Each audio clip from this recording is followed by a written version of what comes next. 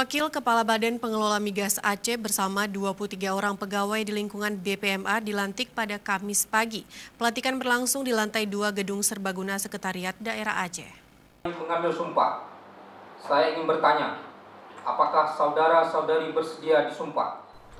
Proses pengambilan sumpah dan pelantikan dilakukan oleh Kepala BPMA Teguh Muhammad Faisal, disaksikan langsung oleh Pelaksana Tugas Gubernur Aceh Nova Iriansah.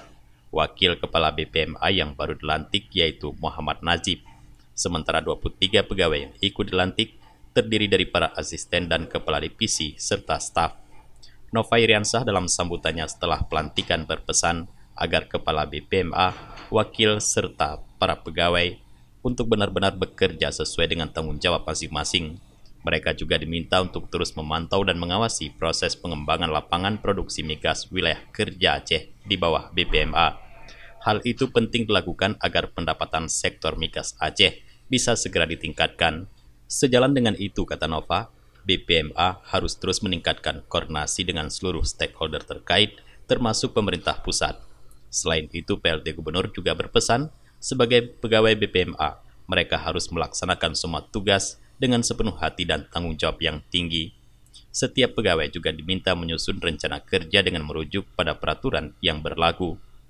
Posisi BPMA yang menjadi perpanjangan tangan pemerintah pusat dan pemerintah daerah menyebabkan BPMA berada di titik sentral koordinasi yang suka atau tidak harus dilakukan agar sebagai regulator semua usaha, semua upaya memanfaatkan sumber daya alam yang dilakukan di bumi Aceh bisa lebih baik, bisa menghasilkan kesejahteraan utamanya bagi rakyat Aceh, umumnya bagi rakyat Indonesia.